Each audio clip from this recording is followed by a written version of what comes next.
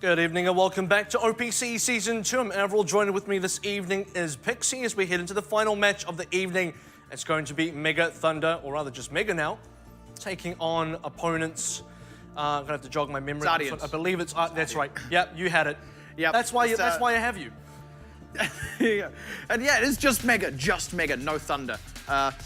I don't know, maybe the lightning's storm has passed. The storm has passed, it's just Mega. But this, of course, is their opponent's Ardeont. So this is kind of similar to some of the other matchups Ardeont has already played so far in the second round robin. They've already taken out Liberland, etc., etc. These teams that are kind of within this bottom 3, bottom 4 patch.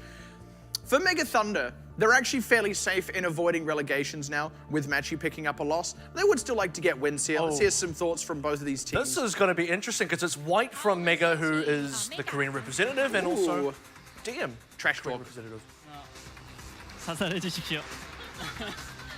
Wow. So I hope you can go easy on us.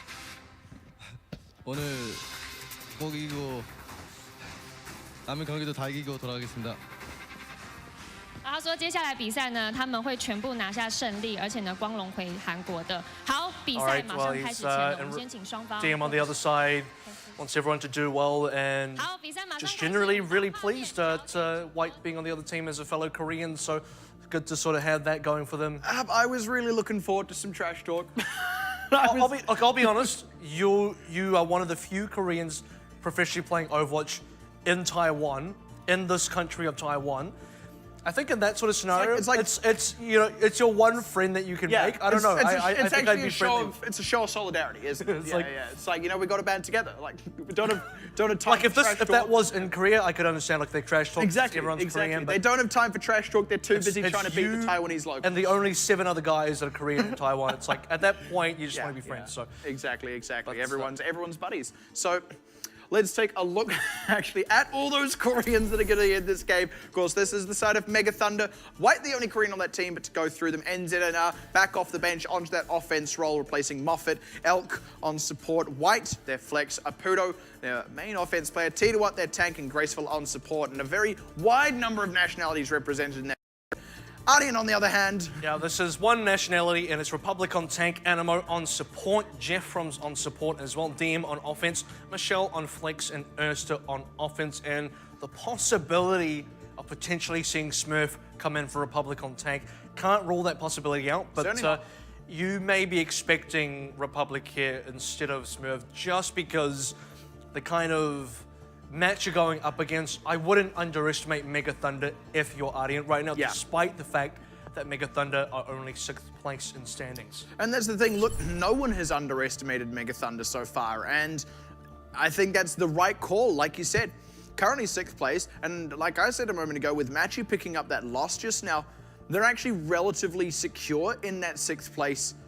They would like to pick up more wins. Their ability to make it into playoffs is maybe not quite so possible. It's a little bit tricky. It would need, to be frank, a miracle run. But every single map win is good news for this team.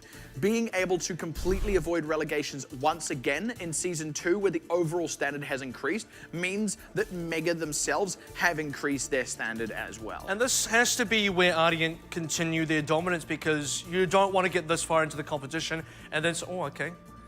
I like that. That was I felt that personally. Yeah, that was... One day I'll return it to him. But, you know, for Ardeont, this needs to be again where you have to continue your dominant run, because you can't get to the end of the regular season and then start dropping the ball against Mega, who are currently in 6th place. So you're the 1st place team. You're expected, if you're going to lose anywhere, it's probably to Flashballs, maybe even to AHQ. But right now to Mega Thunder, got to stay strong. And T2, I mean, he like very begrudgingly smiled there, wasn't it? Like that man is like a stone wall. Apudo, you can't avoid the camera. He's not trying. Interestingly enough, he's going into everyone else's camera. Yeah. He doesn't. Hey man, I want to play on your computer. Well, that is the man himself, Apudo, and of course on the end of that is White Diva, most picked Diva. We haven't seen him on anything else. So remember that White actually comes in as a DPS player from Detonator Korea, who was previously known as Tronus. Speaking of previously known, you might remember Animo from Mighty AOD under the name Sleep, now the captain of Ardeont, and one of the driving forces at least from the strategical side of Ardeont's current success. And you actually said something quite true just a moment ago between the matches when we were chatting. We were kind of talking about what currently is the difference between Ardeont and a lot of these other teams in this tournament. That bunny. It's that bunny. That's the what. Like Matchy, they've got their like sugar cube, but it's not the same. But in all seriousness, you know, the difference between them and the other teams, the reason they've been undefeated, and this includes AHQ and Flash Wolves, is those other teams, especially AHQ and Flash Wolves, are executing very well. They're looking very clean. Their target prioritization is great. Ardeont do all that, but faster. They do it with this extra bit of speed and precision that's just a little bit more than what these other teams are keeping up with. They are catching up fast, make no mistake, and Mega is included in that number. Just as we expected, Ardeont have come into this tournament and pushed up the standard of play phenomenally, but they are still ahead of the pack right now. And it's not just about the speed, right, because they are fast, but it's actually the quickness in decision making. So where are you applying the speed? You're quick in the game, but you're quick in the game because you've chosen your decisions very quickly as well. This is when we will go aggressive. This is when we're going to fall back. This is when we want to make a certain macro play. And this is when we don't want to do something. And they do that quicker than every other team, more accurately, because like you said, Flash Wolves and AHQ, at least on the macro side, look very clean now. They're making the correct decisions, but they're not making the correct decisions as quickly as Ardeont are making those same decisions. All right, well, let's take a look at how these two teams are going to come up head-to-head, because in their second time meeting in this tournament, it's going to be Mega Thunder now getting the home side. It's going to give them the Control, Assault, and second hybrid map picks, 1, 3, and 5. Ardeont on the away side get the first hybrid and the Escort map 2 and 4. So Mega being able to pick that first one, I don't know about you, but I'm expecting him to go to Ilios here. You might as well put yourself in your best possible position to get off to a good start in this series. If you're only going to take one map off Ardeont, you want that to be the one. And it's interesting how many times are adopting Ilios now as well. Let's actually take a look at the previous matchup that these two teams have had. This was in round robin 1 when Ardeont were the home side against Mega Thunder. The match with Lijiang Tower, King's Row on the Mega side pick, and then Horizon Lunar Colony to round things out for the Swift 3-0. And now for Ardeont again as the away team, it will be Mega Thunder making that first pick, and it will be interesting if they go to something like Ilios, because it's not something we typically have seen Ardeont on before. I think maybe we've seen them one time, but basically it's been quite rare. Yeah, they've you know what? pretty much Just always go to Oasis one, because we've never seen Oasis in this season. Yeah, we have seen Ardeont play on Oasis with the roster that had them get through the promotion relegation tournament. That was the only time I've ever seen them play Oasis, and it is a different team. Now, look, you expect they'd be good on Oasis, but they've avoided all other maps aside from Lijiang Tower. So now Mega, with that home side pick, get to take it to their, if you will, home territory as well. They are super comfortable on Ilios. We see them comfortably taking it to blank on this map. Oh, it's interesting, you know, when you refer to it as home territory here, because Ilios has really opened its floodgates, and anyone that wants to come in and make it your home, that's happening. Blank, it's their home. AHQ, it might as well be their home. They've picked it a number of times now. It's a great success. And Mega you've seen it. You've seen it. All those houses are empty. They need people to move there. They need it. They need dangerous people from military organizations, defunct or otherwise, to move there. And occasionally gorillas from the moon. They're happy to accept those as well. And well, I guess there's Australian criminals as well included in that number. I mean, really, any you know, bizarre and unsavory types, Ilios will take you. Why is it the only representation of Australia? Where's the Australian heroes? Can we have some good guys from Australia? Like, it have to be only you know, the worst kind of people. The worst kind of Australians. Yeah. Well, like, the problem is, right, they're still trying to find a good Australian to put into the game. It's like, well, they don't exist, so well, the thing is, actually, I mean, there are some people reckon that Roadhog may actually be from New Zealand and not Australia. He just happened to be an expat when, like, the what's the name? The Omnium? Omnium, that's the one. When that exploded, so it's like, that's got to be the worst. It's like, you know, you move across the ditch, grass is greener on the other side, etc., etc. And then that entire, like, their Omnium explodes, the entire country falls to bits, and the only way you can survive is just actual crime. You'd be sitting there like, man, I should have stayed in New Zealand. Omnium sounds like something you find on the periodic table, but I'm gonna head into the Ilios now. It's gonna be Ruins, and it's gonna be Erster and Graceful potentially starting on this Widowmaker. Yes, they are, and looky here, triple DPS. Yeah, it kind of sounds like the Roman way of saying om nom nom. All right. I regret saying that out loud. That's a great opening pick from Graceful, actually. And interestingly enough, it's Graceful on the Widowmaker and not Apudo, but the sightlines are well covered, getting Jeff 2. That gives Apudo health pack priority, and this is why Mega go to Ilios. Well, the good thing is, Apudo plays a decent Sombra. He plays a very good Sombra, so you kind of get the best of both worlds here. You get Apudo on one of his best picks. You get Graceful currently pulling a lot of weight onto the Widowmaker, and so far from Ardeont, haven't seen a response. This is the best possible start you could think for. You could think for the Mega side. Exactly, Erster onto the Widowmaker as well. Like you said, just not having that impact.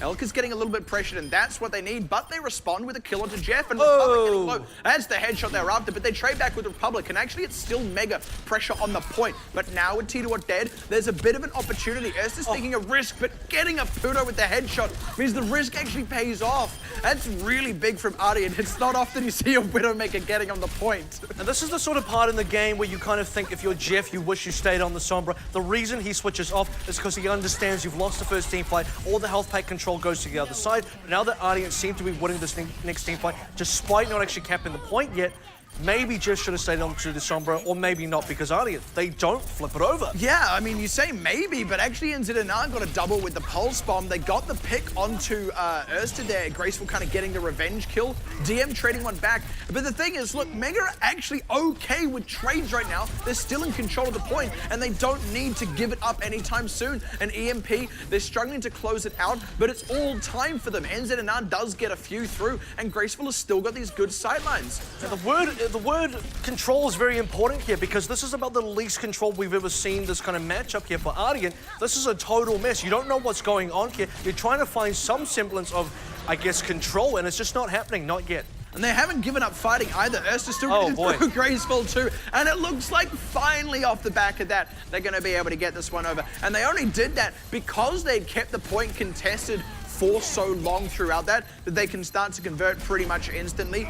Mega aren't giving it up without a fight, but it is going to go the way of Ardeont here, short of a mind-blowing miracle from Mega. They get it up as far as 90% though, so all they really need to do is cap it once. Well, this is a very fine place for Mega to sort of step off. 95% is a decent advantage you can sort of work with here. For Ardeont, you kind of wish you had capped it over a lot quicker. Now you're in the sort of scenario where you are heavily behind. You have to get that lead back again. Mega don't quite win just yet. There's a little bit of a window, and Ardeont, should they be able to hold on, this is still their map. The reality is, though, a couple of headshots from Graceful, and this is suddenly Mega's map win through and through. That's all it's going to take. They need to get a numbers advantage and turn that into a fight win. Well, where they're going to get the headshots is probably going to come through from the infra side, assuming that Graceful lives through this, because the infra side on Erster's side has now been outlasted. Here comes Graceful. Look for the kills, but already NZNR going down super early. Yeah, it was a really great pulse bomb. Apudo gets a good EMP off. The double sound barrier means Apudo could stay alive, but he's going to go down later on in the fight anyway. And Ardeont just had the extra tools, but now Mega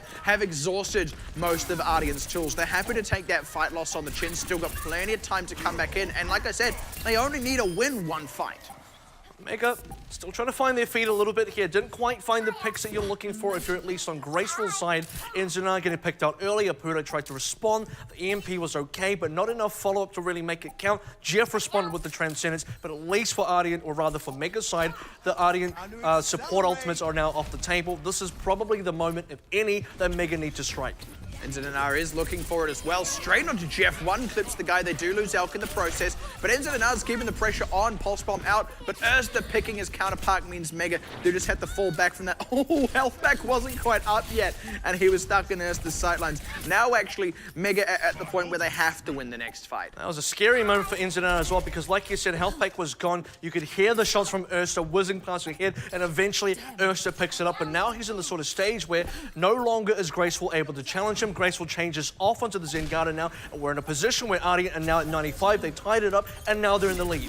Ooh, Apudo going down to Jeff right as he had the EMP available. That's got to hurt in the morning. See what, early ult just to try and break up the positioning here so that Mega can get some time on the point, get some set up. They pick Jeff, but Republic's going to be able to stay alive with his own Primal Rage. Erster as well, willing to get to the thick of it, but that's a good place, self-destruct to create space for Mega. They need to convert off it though, and they're going relatively even in this fight. NZNR working overtime to close out Erster, and Apudo able to rejoin with the EMP. They get Erster, they got Republic too. They should be able to flip the cap back over off the back. Animo died! Animo and Michelle does throw out the self-destruct, but he doesn't get anything with it. Without that sound barrier, plus not getting back in the mech, 96%, 7, 8, and 9. If they can kill Jeff, there'll be no overtime. Ooh, just barely touching the point is DM. But if they need a sound barrier. They need a sound barrier, but Mega need to stagger them. They need to kill DM. They get DM. Now they need to kill Erster. Also, Republic gonna get pressure on. This is now the sound barrier for Ardeont to stay in the fight, but they pick Republic at the right time. Erster goes down too, and Mega are in control of this one.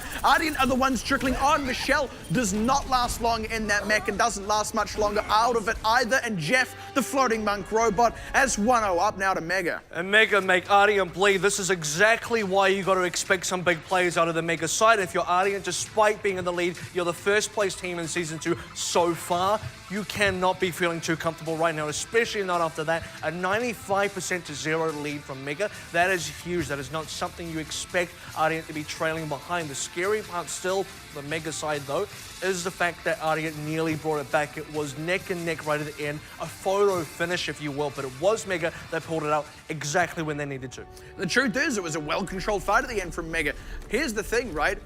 Within Ilios now, it's at match point. If you're Ardeont, you don't want to drop this, man. You've got one map loss this whole tournament. You can live with that because it was against Flash Wolves, who are currently second place. You pick up a map loss against the 6th place team, man, that's got to sting. Now, well, Mega will be doubling up, or rather Ardeont will be doubling up on their map losses. It's a 100% increase. Not the kind of 100% to 0 that you want to be expecting from the Ardeont side. Big pressure from Apudo, but too much as they don't close out on Jeff, and now they're overextended. This is the control we do expect out of Ardeont, even as they do lose DM to a slow-moving headshot from Elcon Lucio. It is going to be Ardeont in control of the point off the bat this time around. Ardeont is setting the pace now. They never really had the opportunity to set the tempo of the match on Ruins this time around. It's Mega playing to Ardeont's pace. Ardeont dictate where the trades happen. Ardeont dictate where the fights happen. And Ardeont also dictate in which order and who dies on the Mega side. I really like, though, that Mega didn't just get too afraid of Ardeont. They were willing to get aggressive on the fight, just unfortunately didn't pay off for them. But they're still getting good pressure out here, especially onto DM now, who's going to have to really just forcibly flank. And they get the trade kill onto Jeff here. Need to get control of the fight though, Mega, and the health bars are really just a little too low. Don't have the defensive ultimates to keep the team safe through this, nor can they quite close out these return kills, so Ardeont staying in control now. Uh-oh. The one thing that doesn't stay in control, we've seen a few of the DM recalls so far. That time around just wasn't quite available. Can Mega make this work though? Because they have a little bit of an opening. Pulse Bomb not quite up as well. Expect big things out of Ursa. We already know him to probably be the best Genji in the entire OPC. And this here might he just be goes, why. instantly getting a Pudo. That's a good one to start with. But Elk actually takes him down. They're still in control of this fight, and they had the ultimates to back it up as well. That's a very late Transcendence out of Graceful, and that is going to sting them in the next fight after this one. Because they're already behind the 8 ball. They haven't got the return kills. They do at least get a Primal Rage out of Republic, but honestly, that's not good enough. That's a confusing moment for Mega because you're right, Graceful, super late Transcendence, only 3 members alive, including himself. And then the confusion sets in where, do you go in or do you come out? Elk kind of wanted to go in, 3 members with a Transcendence that's running out. Not really the situation you want to play in. They didn't really fall out, so they still lost members despite using Transcendence. DM and Republic, instant pressure onto Graceful. It's so hard for Mega to deal with this. This is that kind of Winston Tracer play we talk so much about. And again, in control of the fight, really, before it even starts. Heck, Animo's going to get a bunch of environmental kills for good measure. Just get a stagger kill or at least make white here, which would be a really big deal for Ardeont, who are now at 99%. Is that a zip? Yep, that's just a 100 to 0. No stall, no contest, no overtime from Mega whatsoever. You want to talk about good gameplay so far? I think this is the real Ardeont. The reality has to be appreciated as well, in that Ruins within Ilios is also Mega's best map within the map, right? So now away from that, it's still on them to pick up another one of these. Like, this is still Ardeont favored, all things considered, just because of the out-and-out skill of the team. Getting that win on Ruins was important, but if they don't convert on either Well or Lighthouse, it doesn't really count for much. I think Mega now, they need to be the ones to be drawing first blood. Obviously, that's kind of how they got the big lead on Ruins to start with. That's got to be one of the ways to get back into this game. Now, getting a big lead, you expect Ardeont to still flip it around. You expect Ardeont to really put up a strong fight and really force you to work for that win. But for Mega, going behind against Ardeont straight off the bat, I don't think that's going to work for them at all. They need to respect Ardeont's very aggressive dive. They're very finely balanced, will not go any further than is necessary. But speaking of further, Republic getting pressured, but they've got the pressure on T2. Oh, they're really trying to push hard for this one. And actually, Mega can use that to their advantage. But there's the conversion on the backside onto Apudo. They get a trade kill onto Republic, but they need to get more pressure down. And it's hard to do so as Erster able to retreat safely. Once again, you just look at the way Ardeont position here, you look at where they select their fights, they're consistently forcing Mega to fight on their terms, consistently forcing Mega to A, fight away from the cap, and fight in positions where Ardeont are favored in this. Wow. Have those kills rather even from Mega though, so they have that at least to work with. That could be the saving grace, but without those supports, they can't actually keep the tank stopped off. DM knows it, so he willingly goes aggressive. This is all just time for the point to tick up for Ardeont. They don't mind going even, because they knew that any kill Mega got, they could match.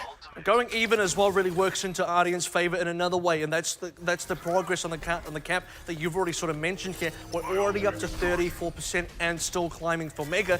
They understand, we understand, you cannot be working from behind here, because even when Mega was ahead, it was Ardeont flipping back and really pushing it into the overtime. So for Mega to start this far behind, it doesn't look good. And they've got the ultimates about to come up as well. Crucially, those defensive ultimates. DM, oh, great stick on the pulse bomb as well. Jeff going aggressive with the Transcendence. They want to convert kills. T2 goes off the edge. And unfortunately, it's already over there for Mega. Ardeont still in control of the point, in control of the fights. Everything else here now, every other additional pickup from Ardeont is just a bonus. Mega already tapped out. As soon as Graceful Land got hit by the pulse bomb, as soon as they stuck onto him, as soon as he died, T2 swimming back into spawn. White just trying to get out alive if he can. In fact, just the pure fact that White ended up getting demeched and then the Baby Diva dying as well, that's probably a bonus because he didn't get staggered. Oh, Apudo down to Erster, and that's so unfortunate. Mega actually had to back out now, but they commit with the Transcendence. They do get the kill onto Jeff, though. They need to get a lot more than just that, and they don't have the aggressive ultimates. NZ and are now dying short of the pulse bomb. And this is the thing, they don't actually have the DPS ultimates to convert off the Transcendence. Second time now, Graceful has committed that when his team couldn't use it. And we're still waiting for a moment for Mega to really show their prowess. Where are they going to strike? And it's just not going to happen twice now in a row. We've seen it on Well, now we're seeing it on Lighthouse as well. It's a situation where the 99 ticks over and not a single member of Mega can really reach the camp. Part of that has to be Mega, okay, not timing it well. The other part is, in fact, on Ardeont's side, they pick their moments and they dictate the fight so well, they do not allow Mega to touch the cap. And, oh man, call Ruins a hiccup then, or maybe call it Mega punching above their weight, but Well and Lighthouse both were shutouts, and I don't just mean 100-0. The fact that there was no overtime, the fact that there were barely any like 6-on-6 fights, it was a shutout in every sense of the word, and we just saw some surprisingly sloppy play out of Mega as well, where previously they had actually been pretty clean. They need to just not get too ahead of themselves. But with that, it is going to be Ardeont steering clear of Ilios, able to survive that one. Mega Thunder's home pick. They're now 1-0 up in the series, get to pick Hybrid as well, and this is now their opportunity to truly take the lead in the series. You got to compliment Mega on the side where they did give a bit of a scare to the Ardeont. On the Ardeont team, rather, 95-0 to start with. That's not even a lead that you'd be too comfortable with in any case. Take a look at exactly how they got this 95-0 lead. We'll start things off with a replay onto Ruins. And it was basically off the back of some great picks from Graceful. This is later on that map where essentially, Ardeont had started to get the point, and this is where the stabilization happens. Apudo commits, but because NZNR was dead and Apudo was low, they weren't able to do much with it. The sound barrier gave him some room, it gave him some time to convert, but he couldn't quite get it through because Animo could match it, and on the whole, they just lost a couple of key members before the fights broke out, and they were never able to get back ahead in the fights. They always started from behind. Some of the turnaround moments really happened when you look at the early stages of where Mega was successful. That was Graceful getting the early pickups. He had a double kill right off the top, right out the gate. And Ardeont, they need to respect the Widowmaker from Graceful. Ever since then, they did, and then more so. Ursa picked up the remainder of the kills. Ardeont swung it around. Let's take a look now at Well. And this is definitely far more in Ardeont's control. And this was actually a great opening move from Mega. They nearly got Jeff. They had him within an inch of his life for a moment there. But unfortunately, they ended up so far forward that Aputo couldn't retreat. And it's one of those situations, I actually agree with Mega making that move. It was high risk, high reward. Had that kill on Jeff come through, it would have been the reset, would have been the kill on Animo, would have been probably the kill on Republic after that. And Aputo probably could have survived. If he had died, would have been a 3-for-1. But because he died, because they didn't get any of those kills, it looked like it was this big overextension in this massive round. It was a really kind of, I don't want to say coin flippy situation, but had it gone through, it would have been absolutely phenomenal, and Mega would have started that well ahead. And speaking of well, this is kind of the turning point in many ways. Yes, Yes, it was the stage of the map of Ilios where Ardeont really turned things around in a very big way, but part of that was this is also the map where Aputo goes off the Sombra back onto the Genji. Now, we know Aputo to be primarily a Genji player. He said into an interview already before, he says, look, I'm a Genji player. That's what I really want to be playing. That's what I think my best pick is, and certainly it does show. Unfortunately, when you have someone like Ursa matching you on the Genji, so many times did Ursa pick out Aputo solo in a 1v1 Genji duel. It was always Ursa coming out on top, and Aputo, unfortunately, just falling short of the mark. And it's I guess, a stark difference even in playstyle to what you expected from Ruins, because Ruins, triple DPS, Graceful and Widow, and also Soldier, and also Zenyatta, I guess, and then Aputo onto the Sombra. So that was what they were running on Ruins. That was working, and that was shutting down the majority of the Ardeont side. But as soon as you got back into your standard compositions, Ardeont edged you out. Yeah, exactly. And that's the thing. I mean, that's what we expect from Ardeont. They are the best team in this competition right now. They are undefeated in match wins. They've only lost one map on the whole. And like I said, yeah, AHQ and Flash Wolves are looking like very serious contenders to them more and more as the days go by. Mega Thunder has to be taken seriously, but Ardeont are still well favored. They are well ahead. Mega being able to actually match them on Ruins tells you that the gap isn't as wide as it may seem, but still the overwhelming majority of the time, it's Ardeont pulling it through, picking up these wins. Now Ardeont, oh boy, looking to add insult to injury here. They've already beaten them on Ilios. Now they're going to take Mega to their other favored map. They're going to take them to Eichenwald and show them how it's done. That's a very, I guess, direct kind of way to explain things. And by the way, Eichenwald is, I don't know that we've seen Ardeont on this map too many times. Usually it's been on King's Road, but look, Ardeont on Eichenwald, I think we've seen it once. And the one time that we would have seen them on was a very strong performance out of them. So Ardeont, I think we're going to see some fireworks here from Mega. We've seen them struggle a bit on Eichenwald. They do like to pick the map, but unfortunately the times that they have picked Eichenwald, it hasn't really worked out too well for them. Now Ardeont have obviously done their research here. They watched the last match that Mega played. They watched Eichenwald and they said, this is our pick. And I think rightfully so. You just said it right there. For a map that Mega favors so much, they do struggle a lot on Eichenwald at some pretty key junctures, and it's this really unfortunate thing. You can only assume it's going really well for them in scrims and in practices, and they have a great record on it. But in terms of actual games on LAN, unfortunately that record has not translated. And now with Ardeont, who for the few times they have had games on Eichenwald, have looked absolutely dominant. This is, as much as it is a map Mega like to play, this is actually very Ardeont favored. And I guess the thing to say about that is it's difficult for any team, let alone Mega, to find a map where you can say this is not Ardeont favored. What map so far can you really look at and say this is not Ardeont favored? Overwatch is Ardeont favored. It sounds so final, but it's so far no team, bar Flash no Wolves, team has Overwatch with that one favored. map, which by the way was Numbani, and smartly we're not going to Numbani, I guess. From the Ardeont point of view. You still feel like they could if they wanted to. But that's the kind of thing is, you know, you would rematch them now if you had Flash Wolves rematching Ardeont. Would Flash Wolves be able to repeat that win? It's a question mark. You don't even know that it's a 100% certainty just yet. And that's a scary thing about Ardeont when you look at them as a team. But you do want to see now why exactly they're so good at this map, or just, I guess, good in general. And for Mega, what are the points here that they can really take, and what can they do against Ardeont here? Because by the way, this is not an unfamiliar map to Mega.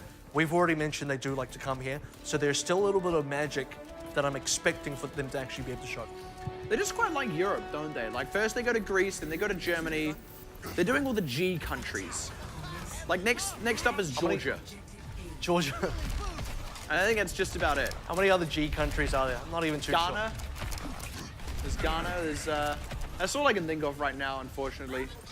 There's like Guyana in South America, but in Germany specifically, though, is T2, unfortunately, getting pretty hard aggressive. Yeah, oh, well. And about to die. Graceful actually goes down first, so sort of, you know what, I'll take this one for you, T2. You don't have to be the first casualty. I'll do that. They get the response kill on Jeff just for style points, but Ardeont, speaking of style, so the silver lining for Mega here is the fact that because they died in a reasonably quick kind of manner here, Ardeont don't get the quick ultimates up, so they don't have the opportunity to really snowball. What they do have the opportunity to do is potentially secure high ground, take it away from Mega, take away good defensive positioning, and by the way, this is traditionally where Mega have kind of struggled. They've struggled on the streets phase. I do DMEC Michelle at the start of it, though, so DM's got a nice position in behind them. They're now going to go and commit on that, but actually he may be just a moment too late because Republic's still getting pressured on, and they pick DM as well on the backside. So T2 does go down, but actually Mega are exerting good pressure here. Struggling to close out some of these members though, and now they're getting turned around upon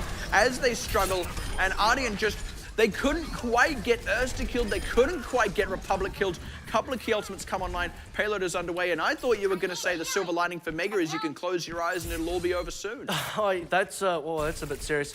That was an interesting place for teams to really have a fight. You don't often see teams take a fight in that sort of position, specifically when the gates don't even come up. So what that actually does is it forces teams to find the choke, and Mega got a little bit too greedy there. They played in the choke situation where you actually want Ardeont to come in the choke instead, and now DM punishing straight away, double kill on the pulse bomb, already off to a great start. You know what stings about that the most as well is as they were setting up, T2 physically turned to check the position that DM was in.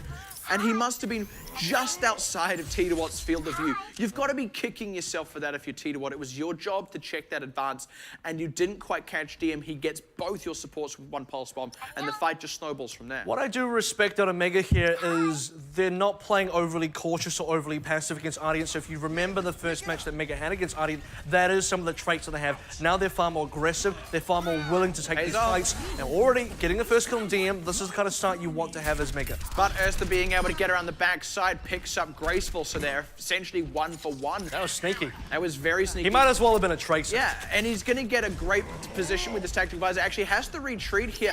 Mega pull back to try and deal with Erster. They get the kill, but Ardeont instantly go on the attack on the front side of the forecourt instead. And now, again, it's on Mega to actually get into this fight and get aggressive. Ardeont just getting a couple of extra meters. Well, they need to be able to get aggressive because Erster's still respawning. Now that he's back, he's going to be sprinting back in position with the tactical visor in the bank as well. For Ardeont, they got a lot of ultimates to use. Here comes the first one. 5 people get that sound barrier. Erster's still coming back in the fight. Well, actually, only 2 people get the sound barrier, as it turns out, on the side of Elk, and they instantly lose him as well. The pressure is just all there.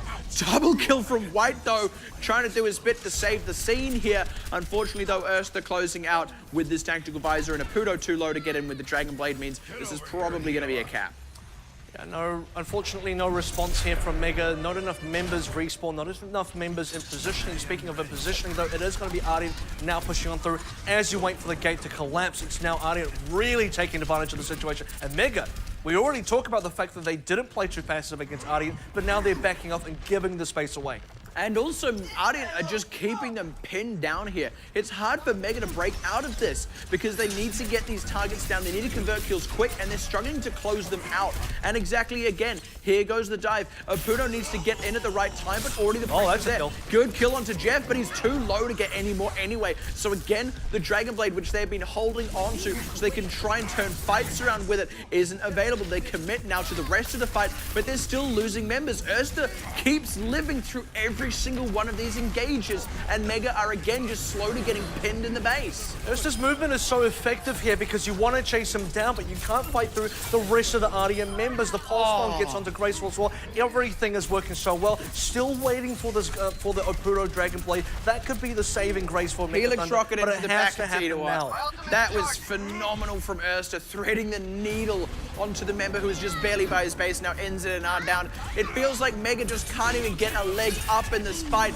Dragonblade instantly shut down. This is what, the third tactical visor in a row here from Erster. They're nearly within the capping distance here, almost have it over the line, and all of the stall from Mega won't do anything to save them as Erster gonna spawn camp a Pudo. Jeff getting the headshots. 0.1 meter, it's all over but the crying, and now I'll tell you what, is just gonna be all over. Oh, let's break it. Damn! Well, it's got to be a little bit of time. This is still important, mind you, for Mega here. This is all worth it. The fact that there's a sound barrier, the fact that there's a transcendence, every second you shave off the clock here is actually important on your own attack. So for Ardeont, the fact that they're not getting it through right now is going to affect them. It does, ultimately, you're completely right. It affects the clock. Mega, though, still not quite getting the kills, mean they won't be able to stabilize, unfortunately. And this time around, the self-destruct not getting the kills. They did shave a solid 30 seconds off the clock with that protracted stall out at the end. The unfortunate thing is that prior to that, they didn't really get much time off the clock at all. I think the thing you have to you want to be able to respect here is Ardeont capped out with a remaining 2 minutes, 2 minutes something. That's about 2. Not actually the fastest time, and certainly It's not a not. fast enough time that you'd expect. It did look a lot more one-sided than that. You'd expect this to be like capping out with 4 minutes remaining, capping out with 5 minutes remaining. Ardeont just blowing through and steamrolling, but it just wasn't the case. And the reason it wasn't the case was due to the fact that Mega held their own in a number of fights. They were able to sort of get in these fights. Yes, they got wiped. Yes, they lost all the fights, but they made it difficult in terms of at least time. They made it so Ardeont consistently had to hop over hurdles. If you're a sprinter, there's just way too many hurdles that Mega put in front of you. And even though you get the full cap out, which was kind of expected, 2 minutes 30 isn't the best. Exactly, and that's the thing, you're right, has to be respected about Mega Thunder, and you kind of touched on it. They aren't being shy, right? They aren't being overcautious. They are going for these fights. They're being very aggressive. And because they are constantly going for these fights, like no sooner have they all respawned and resetted than are they engaging on the fight. It does mean that Ardeont, as much as they're winning every single fight, are only getting little bits of progress at a time. That is where that 220 finish comes in, but I don't know, it kind of feels like, for those who play 40K, like the Imperial Guard, like the plan is just to throw enough bodies at it to kind of slow them down. Like, they're all gonna die, but just hopefully the numbers will slow them down enough that, like, the big dogs can come in. Unfortunately for Mega, there is no big dog to come in behind them to close it out. It's just them. They've just got to be the ones to do it. And the reality is, they never have actually closed out a fight win. Well, they need to be able to take these fights sort of one fight at a time now, work through it pace by pace, step by step. And for Mega, the first fight in the first cap is where it really counts. Don't even think about anything else just yet. Just get A, then move on to B and see how you go. Erster getting a nice position on the flank, and they're instantly onto the sports. Pudo, though, has something else to say about it. That's a big opening pick for Mega. An instant conversion. Here we go. The speed boost on. They want in, and they get 3. This is the fight when they've been after. Suddenly, the big dog turns up, I should say, bares its fangs, takes a bite of Pudo. They're even forcing Republic way back, still going to convert the kill. That's a pretty tidy cap from Mega. That is demanding, and Apudo's face can't believe it either. That he's like, damn, that was pretty good, because you don't expect the situation. Usually Erster takes down Apudo in a lot of these 1v1s. This time though, Apudo's going absolutely nuts. This guy does not stop. This time Erster does answer by picking Graceful, so they need to kind of pull back to this back line, and he picks NZNR as he goes for that movement. Oh, this is a good stall. This is huge from DM. Oh, this is so heartbreaking for Mega, because they were even off to a good start in that street space, but they haven't been able to even break down this door yet. And the big problem here is that Ardeont played the objective so well. Yes, you were killing members on the backside. Yes, Jeff went down to Apudo again, but DM did such a great job of stalling. None of that really gets rewarded. You don't get to reap any of the rewards of all the good plays that you had up until that point. You know what I kind of like? You've got this battering ram, and there's 2 wooden doors, right? You get the battering ram down the second one, but the first one just opens for you. Like the first time, like convenient. Exactly, there's like a siege weapon, and the defenders are like, come on in. But for the second one, they're like, no. Stay out, so you've actually got to knock it down manually. Speaking of knocking it down manually, here goes Apudo. Looking to go all in, but no conversion just yet, as the sound barrier from Animo keeps the team tidy. Graceful as well. The Transcendence committed, but to no conversion, unfortunately. And now Ardeont have the window to put on the pressure. close to their own Transcendence, by the way, but they don't even need it. They're just getting the kill. And it has to be reiterated, this is traditionally where Mega struggle the most on Icon Wall. As soon as you get to streets, as soon as the cart push phase starts in this middle section in B, Mega just really don't find the pacing there, really don't find the opportunities to get the good cart push going. And this is against most of the teams, every team they played Icon World against so far, let alone the fact that it's Ardeont who are the #1 team so far. And let's see how Erster uses this Dragon Blade. Speaking of #1, looking to prove he is still the #1 Genji in the tournament, but hey, Jeff's gonna kill NZNR before Erster even gets a chance to go in. If you're not quick, the Glory Hall gets snapped up, and already looking to get aggressive. They don't even need to get more kills. They're just constantly forcing Mega all the way back to spawn before they can reset and go for another fight. Well, at least, you know, Mega are keeping the macro strategy and the ultimate economy rather competitive. They're making sure they're still stepping up in terms of ultimates. They're not too far behind, and now they do have the opportunity to commit as well. But Ardeont will respond. Yeah, they've got that Transcendence banked up now, but that is all they got banked up as, there we go, that's kills on the back line, and now Erster gets to unleash the Dragon Blade. Doesn't even get anything with it. He's gonna lose his life. It's a little bit unfortunate for him. Yeah, to Apudo, and Apudo will walk away from the fight alive, but not much else of his team will, and that is still a fight win for Ardeont. Well, it's a proud moment for Apudo, at least. If you can take anything away from this match, Apudo does get some good revenge kills on Erster, at least on the second map so far. And for Mega, still looking for an opportunity. The good news is Ardeont committed more ultimates in that last defense. The bad news is Animo is getting one back, so it's not quite over just yet. Republic's about to hit the Primal Rage. Just when you think you've out-rotated Ardeont, think again. You need to get big conversion off your Transcendence. You need to get a huge Dragon Blade. And already the aggression, Apudo does get one, but he needs a lot more, and Graceful goes down shy of the Transcendence. He's still not closed them out, and now he's getting pressured out by Republic, who's got the Primal Rage to smack Apudo in the face. Graceful, having died, means he cannot save his team with that Transcendence, and now, unfortunately, Mega again getting beaten back, worse for wear in ultimates. This is where it's really important that Animo got that sound barrier in time for Apudo's Dragon Blade. You wanted a big one, you got maybe a small to medium-sized Dragon Blade there, didn't get enough kills. Primal Rage was the response from Republic as well. And Ardeont continue this hold that the cart has had no movement for the last minute. Like you're up at the drive-thru, like, yeah, I'll have the medium Dragon Blade. Would you like fries with that? Would you like a nano boost with that? No, I'm good, thanks. I can do it. You know, just the Dragon Blade is plenty.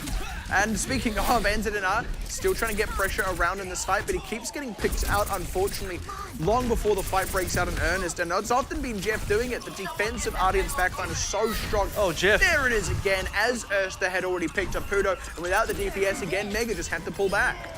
This is still a really dire situation for Mega. You do have ultimates still coming online. Graceful with the Transcendence. You should have options here. Erster now picking up the Dragon Blade. He's had a lot more successes on the Dragon Blade so far, and that just doesn't really work for Mega because the cart, once again, another minute has almost passed by, and the cart is still in the same position. This is just a really unfortunate place for Mega to be in. And by the way, again, they lost Graceful when he had the Transcendence. He was right not to use it then because most of the team was dead anyway.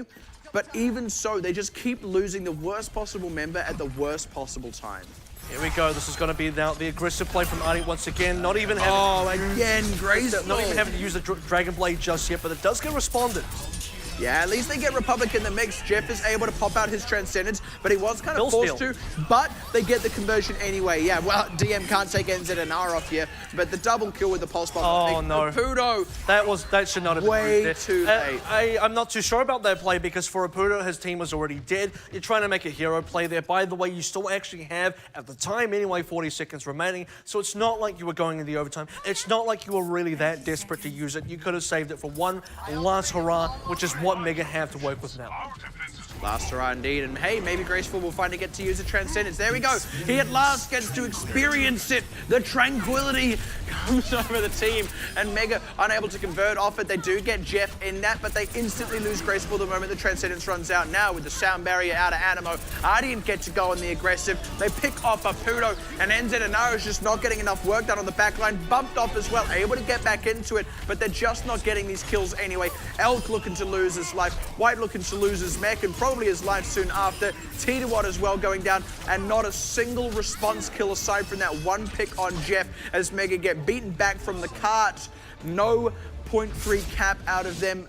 They got a phenomenal one on point A, but Nothing much beyond that, unfortunately, for Mega. The trend has to be set right. Where Mega have been quite successful is actually within the initial engagements, when ultimates are not a factor, where you don't have to play against Ursa's Dragonblade, when Animo doesn't have sound barrier. It's a completely clean fight, 0% across the board. That's actually where Mega have had their best fights. That's when they win Ilios Ruins. That's when they get the first A cap in phenomenal time on Eichenwald as well. And that's the thing. There's these sparks of brilliance out of this team. I'm going to be honest, right? All the way back when there were Fireball, those sparks of brilliance were there. And what needed to happen was the consistency needed to increase, right? And the consistency did increase. They increased to the point where they could actually comfortably start going toe-to-toe with the likes of Hong Kong Attitude and AHQ. Some of the other top teams of the tournament, still not quite the caliber of Flash Wolves and Blank. This is during Season 1, of course. And now that's still true, right? The same is true of this team. The consistency is all there. They've stepped up. But unfortunately, that top echelon of quality is even higher still. The flashes of brilliance are again there to kind of go toe-to-toe with Ardeont. You can only expect that eventually the consistency will catch up to it too. 2-0 up. Let's take a look at how Ardeont did it. This is going to be Ardeont's first offensive here, and they took it with pretty commanding time as well. Arguably not as quickly as Mega did take it, but anyway, it is a fairly dominant run through. Cheetahwat here, you can already see is extremely low, graceful, does manage to die just before that as well, and a large string of kills. Not a lot really responded from the Mega side. It was just that one kill from Enzana onto Jeff, and Jeff, well, unfortunately, casualties of what? It's like lateral damage. Well, it's on Eichenwald. It's getting like revenge on the Omnics, really. Even though Zenyatta had pick nothing the one to do Omnic. with, yeah, he had nothing to do with that war. Like, he was off praying in the mountains, but like, they're like, you know what? Kill the robot. Kill the robot. Oh man, poor guy. Well, that's the thing though. On the whole, it's just Ardeont coming out the better of this. With any luck, we'll also be able to get to see the replay of Mega's offense, because I want to be able to look at, like I said, those flashes of brilliance. It does feel like this is a team that's almost always just playing catch-up in terms of the overall quality of play in the tournaments. That's reflected by the fact that they had a third to last place finish, I should say, in Season 1, and are currently looking to have the same in Season 2. That's not a bad thing, given that the overall quality in play increased, given that you are able to overtake Matchy, who are now below you in the standings compared to above you as they finished in Season 1. The progression has been there for this team. It's just the overall quality is still that little step ahead of them. You've got to believe that they can get there eventually. Let's take a look at the next replay now. This is going to be a little bit further on as we approach B, and this is the final moments of Mega's push as Ardeont look to close things out. There's a lot of ultimates on the Ardeont side, and we talk about this being Mega's last hurrah as the timer finally ticks down into the overtime. Ursa picking out Apuda rather early. No real response opportunity here from Mega because Apuda, like we already mentioned, already used a Dragonblade the fight before, rather. Still weapons available now for DM, getting maybe a double kill here. No, just a single one, but you'll take that. And the thing is, I mean, it went sour from the start there, unfortunately, for Mega. And that was also the progress they got on the payload there, was basically Ardeont going, okay, we've got the ultimates. We don't need to take the fight right here, right now. Let's let it move a little bit, draw them into a more open space, then commit. And if we lose it, there's still plenty of time for another one. It was very finely balanced by Ardeont on the whole. They knew that the overtime was a factor. They only needed to win one, so they did it as safely as possible. A lot of praise to be had in general for Ardeont, despite the fact that, look, Mega had that blindingly quick A, and hopefully we do get an opportunity to see exactly how that happened. At least you want to see it from the Ardeont side, because you do also want to understand what went wrong for Ardeont, because twice now, and twice being a rather small sample size, I'll admit, but still, the one that you got to work with is where Mega really start to shine, because they get those early fight wins. If they can really get this big lead, like a 95-0 onto Ruins, that's when they can get the victory. Yeah. Get a nice wipe on A of Eichenwald again. That's where you get some momentum. And it's a real shame, because even after they got the wipe on A, you have a situation where DM actually just stops up the cart and just completely nullifies and stops, you do not get the chance to reap those rewards. Exactly. And look, the truth is, you want to see those moments happen consistently because it wasn't actually Ardeont making mistakes. That was just Mega being better in those moments. But generally speaking, it's Ardeont better in every other moment, and that's what counts, as they're now 2-0 up in the series. All right, well, one more map potentially to go now, and Ardeont looking to clean sweep Mega through. Can Mega bring it back? We'll have to find out right after this break.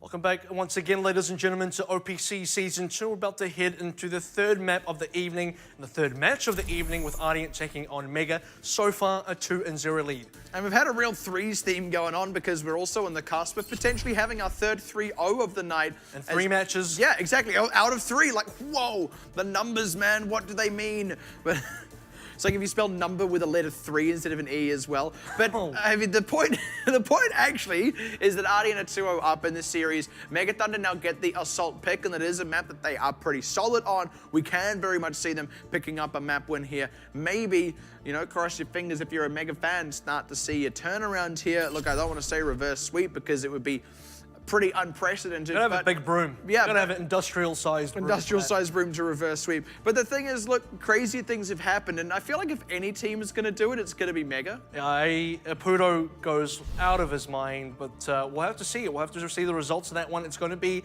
Volskaya Industries from Mega. And look, this is actually a pretty decent map for the Mega side. Exactly. We know what they do, which kind of maybe then says Ardeont know what they're going to do here.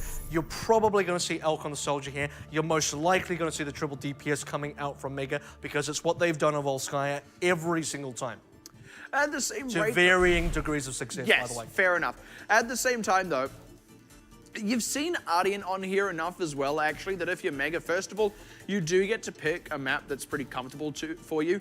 You also have a decent read now on what it is that Mega do here. They often pull out a lot of triple DPS. They've got their general beats that they play to here, and we have seen teams really make Ardeont work hard to get either of the two caps through. We've also seen teams pretty much crumble no contest. I expect Mega to be in the former camp. The question is, how much will they be able to push Ardeont here? And is it enough to actually fully hold them out in places and maybe even pick up a map win? This is going to be the biggest test for Mega, right? Because obviously it's against Ardeont, but you're now going to be playing one of your quote-unquote favored maps where you have a really good grasp on your ability to win here against now the top team in the tournament. This is the map where they first held Hong Kong Attitude on Ace. So, I mean, Hong Kong Attitude, understandably, is now the third place team so far in standings. Back then, not quite so much, still finding their feet. But, look, you have had some success, some good success of Volskaya. Will you repeat it now against Ardeont? I mean, they've actually had map wins on Volskaya and other maps as well against other teams in the top 3, top 4 of this tournament so far. So, look, it's not unprecedented for this team to pick up a map win against Ardeont, especially here.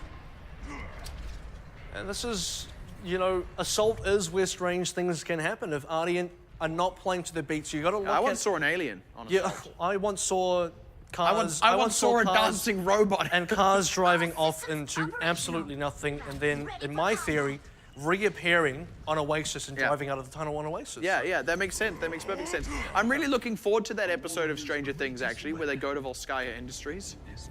I don't watch Stranger Things. I don't know how. The thing is, you want to be able to tap into where the success once again lies for Mega Thunder on Ilios Ruins, where they did win against Ardeont. So yeah, you've now actually beaten Ardeont on something, even if it's just part of a map. You have to be able to tap into that and really remember what worked. And that was when you created a really chaotic situation and Ardeont weren't able to play to the regular pace.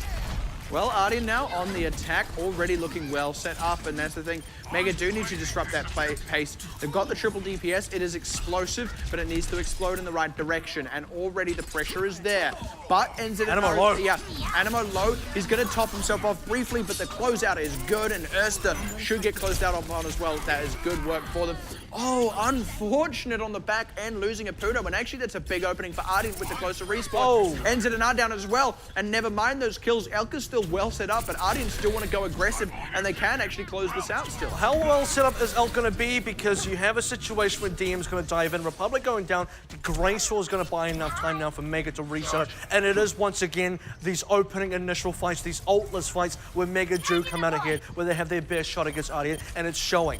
And that was pretty close, right? That was pretty down to the wire. But DM is going to be able to secure his team a third now, and Mega need to repeat that performance. Ardeont now, yep, they got that 1/3, so they're not too far away from capping this one fully out. You got to expect Mega's ultimates to come through very soon, though. Apudo, who died, is going to be delayed on the EMP. Expect Elk to come out with the tactical visor as well. This has to be where it counts, and Elk already committing, but instantly down. Yeah, Republic, great target selection, but they're getting some kills through. Oh, don't quite demech Michelle, and now Republic with the Primal Rage and Michelle with the self-destruct means they can preserve their lives as these members are still in the fight. Jeff able to get the catch on NZNR with the headshot, and that's going to be the fight win for Ardeont. Losing one, winning one, and on the whole going to be able to cap in 2 minutes. The timing was down to seconds there, and it was just a little bit unfortunate for Mega. If anyone playing this game, you have to understand every second actually matters. You have a situation where Elk used a tactical visor, Apudo just barely used the EMP, but Graceful didn't quite have the transcendence in time, so he wasn't able to save those members. So in a position where actually Mega were favored to win, they dropped the fight. You want to see Ardeont snowball, folks. This is how they do it. Green across the board as they commit out the sound barrier, having already picked NZNR. White forced to use the self-destruct now to create space. Does do so, but they need to now occupy the space they've created, and they are lean on ultimates. Good EMP. Yeah, it means Erster can't get too much done, but he is still going to get enough done, even as they have lost Jeff in the mix here. They've got more ultimates at their disposal, and they're still getting pressure on. Tidawok going to lose his life. White going to lose his mech and his life. Man, it's a double whammy, and that's the first third now for Ardeont, still in control of the point. Jeff's going to be able to regroup now with the Transcendence. This has to be where Mega actually stabilizes. Are they going to get on this cap at all? It's not a repeat of Ilios. They do manage to get a bit of a stall, but not quite long enough of a stall. You do want to be able to tap back into that icon wall defense, where even in the final moments, despite how dire it looks, you have a situation where Mega come on, sound barrier into Transcendence, into a variety of other players and different abilities to keep themselves going, to keep that stall going and the contest going, because now this ends up being a rather quick cap from the Ardeont side of things. What do you think he's typing on Michelle's computer there? He's, you think he's instant messaging White, Korean, and saying, or it's like, Bulgogi later? Oh, it's like when you're on Facebook and like you're talking to your crush and your friend leans over and writes something, you know, and then you got to backpedal like, lol, that was my friend, not me. Lol, that was my friend, not me. Because that's definitely how it happens, folks. It's always your friend's fault, never you. There's actually, you know, and just going back to this game, there's an alternate scenario that I want to imagine where actually had, obviously one of the scenarios is Transcendence saves everyone and Elk doesn't die in the middle of Tactical Visor, EMP gets used and Apuda just doesn't die straight away, but actually an alternate scenario after that would actually be if all those ultimates were actually saved for B, because this is when Mega can actually stabilize quite well and being quite long on B. You have an EMP that can really make the difference here. Apuda eventually did get an EMP and it did have great effect, but it did also come out in a situation where already Ardeont was set up so well on the attack, where Ardeont had already gotten good positioning and Mega was just on the back foot. How long was Orisa screaming for there? Like dropped into the eyes. That scream went on for a long time. I'll tell you what. She's a robot, so she doesn't really drown, so she's going to sink right down to the bottom, you'd think the circuit screaming all the way. Like, that was terrifying, man. So, good robotics would say no, the circuits don't short. Hopefully, yeah. I mean, maybe Effie is that good a robotic expert. But the thing I was when I was 9. Yeah, exactly, me too. I mean, who isn't these days? Last thing I want to touch on, though, as Mega now come in for their own offense, is there was that situation at the end where Ardeont had actually exhausted their ultimates. That was the opportunity for Mega to stabilize. But again, we get back to this thing of not getting it over the line when it counts. Now they need to get it over the line, not just once, but twice, and that's only to get it to time back. Well, they've managed to sneak past Ardeont so far, so there's no opening picks, not from Ursa's Rocket Punch, not from any sort of hacks coming up, but you do have to be concerned now because there is a surround coming from Mega, and Mega do not want to be trapped inside this hole. They're just barely staying alive enough there, but they lose Tidawok. They need to get kills to make that worthwhile, but no dice. And Ardeont are able to pull back to their hacked health packs. Mega now, they need to decide whether they're going to stick around, try and get Tidawok to regroup. Or yeah, they can't stick around because otherwise they're stuck in a position where Tidawok cannot regroup, so they have to go pick him up. This slows down the entire push. The good news is they do get a couple picks now, but it's an entire mess for them. That's a good double, though, out of NZNR. And yeah, well, he got Michelle's mech, too, exactly. The EMP from Jeff is actually not a whole lot as NZNR closes out that one, too. DM2 health doesn't go down. NZNR's like, get in the backpack, folks. I'm carrying you to the point. Oh, he's not done just yet. This is a highlight reel for the ages, and Mega got to be proud with that one. It's not going to be as smooth and as lightning fast as it was in Icon World A, but they do get the cap across, or at least they should eventually. Not if Ardeont have anything to say about it, because they do motion for a last contest. And I don't blame them. They've got the stall tools. They've got this, Primal Rage. They got the sound barrier out and Erster looking for kills. Mega can match a lot of these, though, but they need to get the kills. That's the good one to start. D-meching Michelle. They need to get the closeout on that one. Indeed, they do. And the Transcendence has kept them safe throughout. NZNR, come on. NZNR, where you at, boy? Absolutely going off right now. And that is going to take a while, but, I mean, about 2 minutes is about the same as what Ardeont did, and Mega are going to be able to secure themselves the cap. They may even get a stagger on Jeff. They do. He's handling Ardeont on his own. own. Everyone, it's like 5 supports and Incident, and he's just winning it for his team. He's going through. If he gets another string of kills like that, it's just a cap for Mega. Yeah, it's NZNR's game. Everyone else is just playing in it, and Erster already pressured out. I don't believe it. This is so massive. NZNR, my goodness gracious. Where has this been? The whole what? And again, with Animo, they do lose White Smack, but he can commit the self-destruct, and NZNR looking to close out on Jeff now as he pulls back to the health pack. So he turns his attention around to get Michelle, who's out of the mech.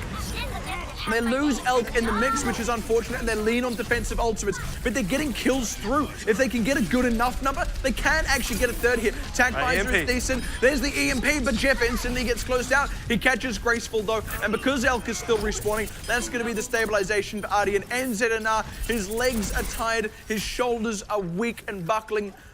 Unfortunately, couldn't get more kills than what he already had. That was an exciting string of both kills and also distance and progress from Mega, though they did really push Ardeont, really force Ardeont to kind of pull out their big guns and say, look, we got to hold on here because this is something we've not experienced before, and certainly maybe even Mega haven't experienced before. Yeah, like right now they're all just looking over at NZ and now like, dude, where did that come from? Like, you think, like, right now, Ardeont are, like, gonna poach him? No, not actually, but seriously, though, literally, you can't do that because of the rules, but yeah. but like everyone's thinking it. But in all seriousness, NZNR is totally showing up right now. Well, let's see where the consistency is because he got a good string. Yes. Can he get it done again? It's one thing to do it one time. Is it a fluke or is it not a fluke? Yeah, it's 2 things to do it twice. That's the saying. But this is the commit out of Mega. It gets rebuffed, but they also don't lose any members, so now they go for the big commit as Peter-Watt onto the point. Transcendence out from Graceful. They need to start getting these conversions. The M wide with the Pulse Bomb. And this Sound Barrier to get aggressive, but Mega can match it as the ultimates get committed. They're still kind of struggling to stabilize in this fight. Republic finally getting the pick they need as DM stays alive, gets Saputo for good measure, and unfortunately NZNR. And this time he isn't quite going to absolutely pop off, but I think smartly saving the Pulse Bomb, and they're not going to blow any further ultimates. Well, this is important for Mega because they have a situation where they are building back their own ultimates. Ardeont, they don't have an EMP, they don't really have anything notable. Yes, Michelle's going to get a self-destruct, but it's not going to be a big enough weapon to really secure this demon. So for Mega, the opportunity to blow the gate open has to happen in this next push. They've got a third, and they do have enough time to play for thirds, but it's still a hard ask. I mean, even getting a third off Ardeont is hard stuff. All right, well, let's see exactly how this is going to be. Oh, DM, has he been spotted out? Oh. No, he hasn't. Oh, Graceful. Tasty Graceful. Graceful did actually get spot him out, but they've got the aggression in there from Jeff to keep him safe. Yeah, good Matrix indeed. And they are going to actually pressure out DM, who's going to have to wrap around, regroup with the team. Actually dangerous, and there's Graceful with the headshot. This is an opening for Mega. They've got to go. There's the stick. NZNR ready to do it a second time around. Forces the Primal Rage from T1, but the commit is now here from Ardeont. They only lose Elk so far, though, and Graceful about to get a Transcendence. Needs it super fast to save these guys. Aputo, Tactical Visor, they're actually getting the work done. It's the D-Mech Michelle. The Blizzard is in the thick of it. Oh, Aputo's stuck in it, but the Transcendence saves them all. And now they've got the big commit as the Sound Barrier out from Animo. It's still an uphill battle for Mega. They do lose NZNR, lose Graceful as well, and they couldn't convert those last few when it counted after exhausting all the resources. Ardeont again going to be able to rebuff them. And Ursa's just, this is quite surprising and in a way shouldn't be surprising. It is Ursa after all. What can this man not play? But actually the May is really working for this team. The Blizzard caught a number of people. It forced a Transcendence out. So yes, it was well saved by Graceful, but at the end of the day, well committed and well played on the Ardeont side of things. The Ice Walls have just been annoying. Yeah, poker is the answer. He can't play poker. Terrible at card games. But he's good at Overwatch. Oh, right. I was trying to connect the dots on the reference there, but I think I got it. Is there anything he can't play? Yes, he's terrible at poker. Okay. But hey, look, I mean, just... We don't know that, by the way. Keep him away from the table. Yeah, we actually don't know that for sure. For all I know, he's also a great poker player. Nice Ice Wall again. Isolates NZNR. They know who the real carry is here. That's actually, that's real 4-dimensional play if that's the case, but for Ardeont, 1 minute 23 left they have to hold out for, and things are looking great so far. Yeah, EMP's back online. You have a situation now where Mega, they had that one big push, the Doom push as I like to call it, with 1/3 camp. They're looking to get the second third. Because they don't get it, now Mega are severely behind. As the thing is that he's good at Overwatch, he's good at poker, he's good at 4-dimensional space chess. He's good. He's just good. He's just good. Ursa's just good. You meet him, he's good. He's a good guy. He's just good at everything. Like, everything he touches turns to gold. Oh, that's... Like I said, the ice walls are annoying. That is fourth dimensional indeed. Graceful going to be the opening pick as they convert onto Elk as well, and already Mega wind out of their sails as they tried to set up for the push. Animo gets 2 just to make it sting, and now with just over 30 seconds, it is a tough one for Mega to crack if they crack it at all. Yeah, with the gong sounding there and Mega now coming in for their final push, this will also be the push where they have saved a decent number of ultimates. Speaking of saving a decent number of ultimates, look at the Ardeont side. Jeff is even somewhat close to the Graceful, EMP. no. Graceful going down as well. You're fighting into 5 ults. Ardeont looks so comfortable. And Aputo already dead. They're not even going to be able to touch the point with the way this is going. And Tito knows it. He tries to gun for the point, but he can't even get close enough. They're just being beaten back. And how many times did we see it on Ilios where Mega couldn't even get a toe at the point to force overtime? It's NZNR again, yeah, right when you need him. But he's got to get kills. Graceful gets his nemesis, if you will, in Jeff. But that's now the Blizzard on the point, forces Transcendence from Graceful as they lose NZNR. The self-destruct zones the rest of the members, and Mega still uphill battle, but they are at least in it despite the sound barrier. But Aputo not getting much from that tactical visor as they start to lose the members, lose White Smack. All they got with the tac visor was Republic. Aputo pressured out. They lose Tito as well, and it is going to be the hold there from Ardeont. Not too unexpected, but man, Mega made it exciting. You got to keep it interesting right at the end there, and both teams really did that. For Mega, it was NZNR getting a ridiculous string of kills on a team so good like Ardeont that you haven't seen from basically any other team. Not even Flash Wolves in winning Numbani had that kind of string of kills. And then on Ursa as well,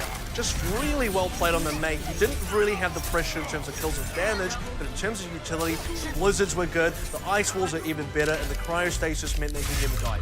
And just, you know, was basically a one-man disruption tool, especially with those ice walls. On the whole, just smart play out of it. And it wasn't like this, you know, hubris pick or anything. It wasn't them not taking it seriously. They were actually running that specifically because they felt that that's what they needed against what it was Mega were doing.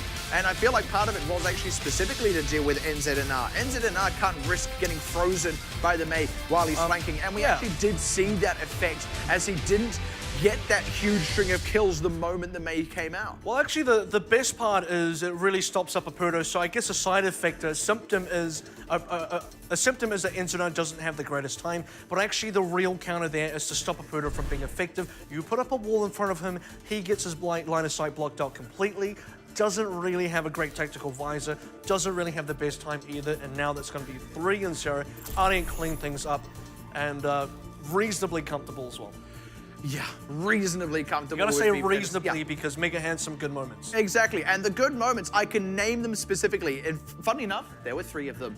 There was the Ruins map on Ilios. There was the the point A cap rather on their attack on Eichenwald, and then there was their point A cap on Volskaya as well. Let's take a look at some replays. Check out how it was that Ardeont did it. So Ardeont here, and by the way, 1 minute off the clock because you have a situation where Mega already won that opening fight, which they've done a number of times now. So look out for Elk on the tactical visor. Also look out for the timing on Graceful's Transcendence because this was the make or break. So Elk here, just about to hit the tactical visor. Puto nearly on the EMP as well. You should be using it at any sort of time here. Does get aggressed rather quickly by Republic. Maybe shouldn't have used it there. The EMP out from Puto. He goes down and finally the Transcendence comes out. But unfortunately, 3 members already did. So the seconds count. And again, this is one of those situations where Graceful maybe committed the EMP far later than was going to be useful. Also, you feel Aputo could have committed his own EMP earlier. There was a lot of just slightly off timing. Did I say Graceful commit the EMP? You did. I meant to say Transcendence. You imagine... Just had EMPs on the brain. From a lore perspective, if a Zenyatta committed an EMP, I feel like he would shut himself down. Like you see him do it, and then like he immediately just drops on the floor. But he's already cross-legged, so it just looks like he's kind of sitting. Like people can't really tell the difference. They're like, oh, Zenyatta landed. That's really what I didn't know he can land. Because I mean, he meditates a lot. Like he probably doesn't talk a lot when he's meditating. Let's take a look now at what was the sort of middle point defense here. And this was really the last potential shining moment for Mega. This, I believe, is where they get themselves a third. And it's because they take the fight to the point very well. The Blizzard was unfortunately a little misplaced, and they have this third cap now thanks to the positioning. But from there, Ardeont recover very gracefully, starting with a pick on Graceful, and a lot of it is just the disruption. They keep the members of Mega split up. They don't let them actually execute on anything they want to set up, and part of that is the Primal Rage, and part of that is all the tools you get out of the Mei, and on the whole, it just meant Mega were never in position. Mega did a good job of being rather conservative there, not spending too many ultimates into a losing situation. In fact, they did well to save the ultimates for the next corresponding fight that took place, which happens directly after that replay. They come back in and they have a really decent showing, but unfortunately, not good enough to get that second check on the cap, or rather even the third to fully cap it through. And that needed to be the big fight. That was the doom push for Mega Thunder that needed to really work for them, and unfortunately, just wasn't the case. And I mean, it's one thing to not crumble to the moves that Ardeont makes, to the aggression that they have. And that's what happens to a lot of teams. You know, we see Ardeont in these setups, and then the other team's starting to make a move, and then Ardeont go, and everyone just dies, right? Actually, Mega were getting past that. That's something that Flash Wolves have been able to do. That's something that AHQ have been able to do. Not many other teams have really been able to do that to Ardeont. So kudos to them for being able to do that part of it. But then it was converting that into kills afterwards that wasn't coming through while Ardeont still were getting the kills. Now the player of the game is going to go to DM on the Tracer. I feel like you got to almost give an honorary one to NZNR. Unfortunately, on the losing side means he's not eligible for the player of the game, but I think fair enough on DM as well. The disruption he was causing to the backline of Mega at all times.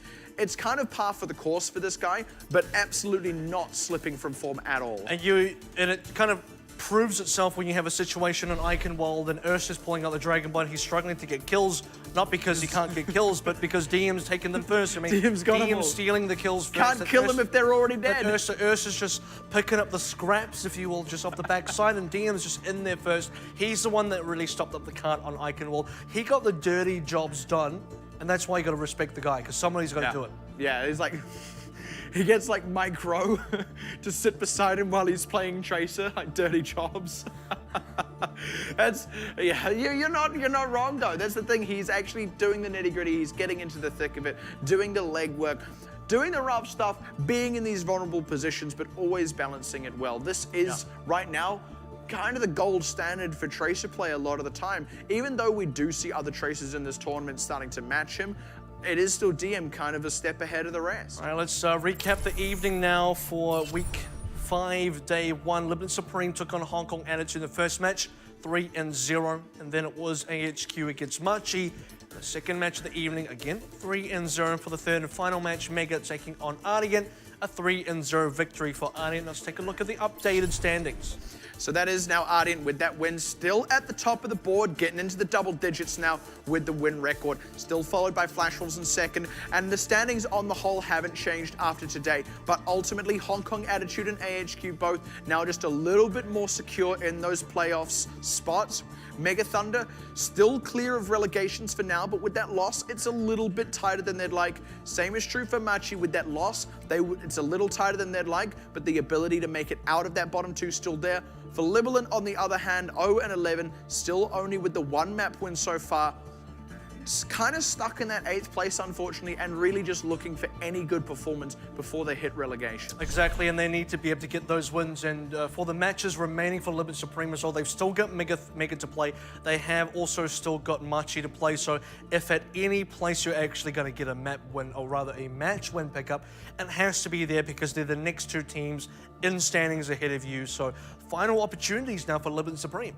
And actually, for all of these teams, we're coming to that final opportunities moment. We're getting the last few opportunities for Machi and Mega both to avoid that bottom two of relegations themselves. Pressure is greater for Machi between those two teams. We're also getting the last opportunities for Blank to make it into the top 4. Getting the last opportunities for AHQ to take 3rd place and not have to face Ardeont in their semi-final. We are seeing the last few chances these teams have to shake up the standings, to get where they want to be, to achieve their goals for Season 2. Season 2 does already feel like it's coming nearly to a close now. We're into week 5, of course. One more week of regular season play after this. So I don't want to speak too soon because we're just getting into the week 5 weekend. But these are the final opportunities now for teams. There's not a lot of chances left. If you're going to win, you got to win now. It's head now into the post-match interview with DM. Hi to everyone. Oh, sorry, not yeah, it is DM. 자기소개. 안녕하세요. 저는 아디언트 팀의 메인 딜러를 맡고 있는 DM입니다. 大家 반갑습니다. 好，我是 Ardeont So, hello everyone. 主攻击手 I'm 店 Ardeont's 好， DPS 那我 player 这边有几 DM. 个问题想问他说，刚刚其实我在一开始访问他们就是双方代表的时候，然后 So in the 突 pre-match 然 interview- 另外一方突然讲韩文，我有点吓到。 So 他自己有吓到吗？因为 White 他知道 speaks 就 Korean. 是对方的队伍当中有韩国 Did 人 you 嘛 did you know that White was a Korean player in Mega? 네, 알고 있었는데 별로 놀랍지는 않았어요. 哦，他是今天才知道，但是就是并没 Actually- 有吓很大一跳。 Actually, this today is the first time I've really known that. This is the first time I've really met him and spoke to him as a Korean. So that was a bit of a 살살하진 않고 interesting surprise 최대한 for me as well. 열심히 했습니다. 他说他并没有手下留情，因为他还是就是全力以赴，尽全力对对对。好 Yeah, no, I've been very focused on just playing my matches and playing for my team so far. So I haven't had too much of an opportunity. 损失掉第一个小分，不知道就是整个队伍心态上，还是你自己心态上。 So you lost Ruins on the Ilios set. How do you feel about that loss? 첫 Or what led 라운드 to that?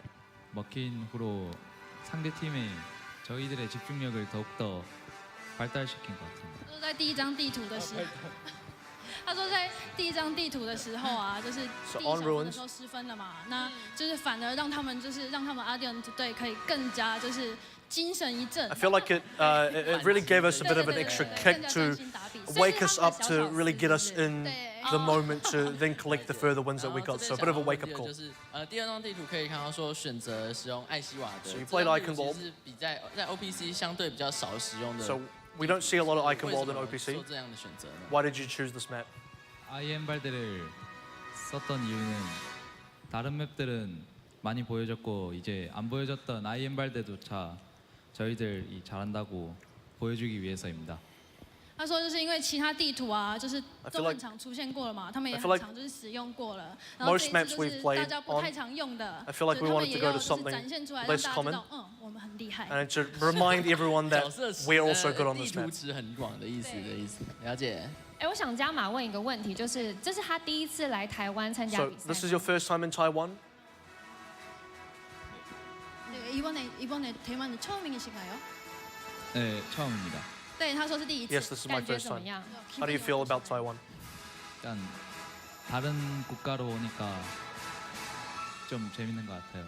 他说因为来到就是其他国家，他觉得很有趣。 So I feel like it's really interesting to go to a foreign country. 对不起，바랍니다。